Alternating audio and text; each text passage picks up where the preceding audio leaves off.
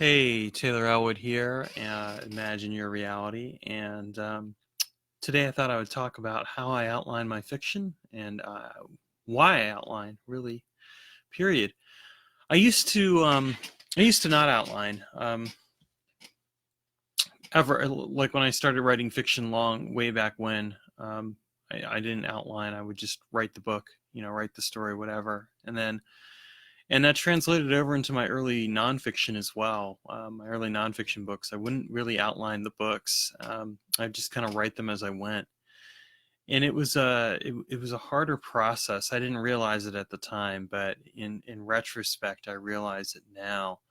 I think I think I started figuring out that I needed to outline my nonfiction in 2012 when I was working after I'd finished up writing my one book, Magical Identity, and I saw a review where the person was basically saying it's a great book, but it goes all over the place, and some of the ideas are half baked. Well, I don't know about that. I don't think they were half baked, but I did see his point about the fact that my writing was going all over the place, and that in turn was really hurting my ability to write effectively. And so I began to realize this also when when I started working on learning how to fly, because learning how to fly was originally written in my pre-outline days. And I started working on it, and I realized, I had 19 chapters at the point that I was starting to work on it again. And I'm like, this is going all over the place. It doesn't have a really conducive structure. So what I did is I actually started outlining it. I wrote down the premise of the book. What is this book supposed to be about? And then I wrote down the characters and I started fleshing them out, because that's part of my outline process. I like to flesh out the characters and bring them to life and give them a bit of background. And then I started writing down the essential beats, like basically what is supposed to happen when and why. Um, you know, and it really helped me, because all of a sudden I could refocus my writing a bit, and I was able to take apart learning how to fly and figure out like what I was going to actually keep and what I was going to get rid of. And I got rid of about half the book that I had originally written. In the end, what I really did with my writing process with learning how to fly, what I did is I basically finished writing the book, and then I ended up tossing out half of it because it didn't really make sense. It wasn't good for where I wanted to go with it, and I decided to redo it and restructure it, and I used the outlining process. And I have like a notebook here that I keep. You're not going to be able to really read it from here, but I keep a notebook with me that I update when I have like dreams or other ideas, and in it I essentially write down the premise and then the characters, and then I kind of leave it alone at that point, and it's just kind of my notebook to jot ideas down as far as what I want to do.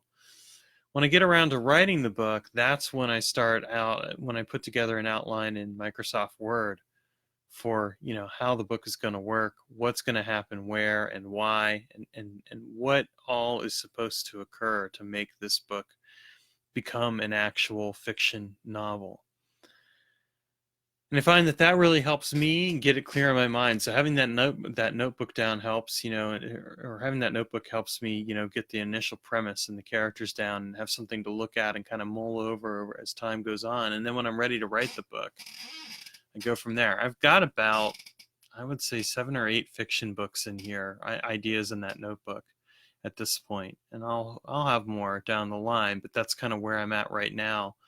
And those are series ideas, really, not even just a book, but just like, okay, these are series I would want to write. Hopefully I'll get to all of them. I think I have enough time to do that, but the thing of being a writer is you realize that you are in a sense in a race against time in more ways than one when you're writing, because you realize you only have so much time. So it makes it for an interesting thing. And then when I add into that the fact that I'm doing nonfiction, well, That makes it different too. Interestingly enough, my process for outlining nonfiction is a bit different. I don't jot anything down in a notebook. Instead, what I just do is I actually put it onto Microsoft Word. But again, I'm not fleshing out characters. In this case, I'm just writing about a specific nonfiction thing that I'm going to be talking about. And so I put together, in that case, I put together a rough outline. I put together the bibliography, and then I start. If I'm doing research, not all my nonfiction books are research, have research necessarily with them. Some of them do, some of them don't. But if I have research, I start putting down the notes and all that.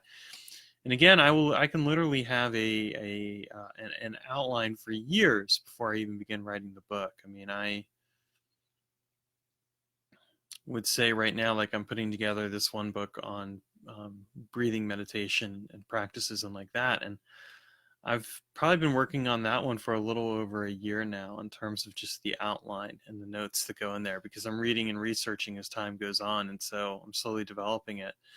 And I have another book I'm working on right now where I'm finally starting to take some of those notes out and put them into a chapter and starting to write the book. And then I have a third one I'm working on where I basically just started writing it, and that outline has only been there for a little while, but I haven't had to do too much research. It's really just about my process for troubleshooting. So there you go. Anyway, that's just kind of something I wanted to share, a little behind the scenes about how I approach writing both fiction and nonfiction, and a little bit about what I do in terms of how I outline stuff and bring books to life. So hope you enjoyed, and thank you very much. Take care.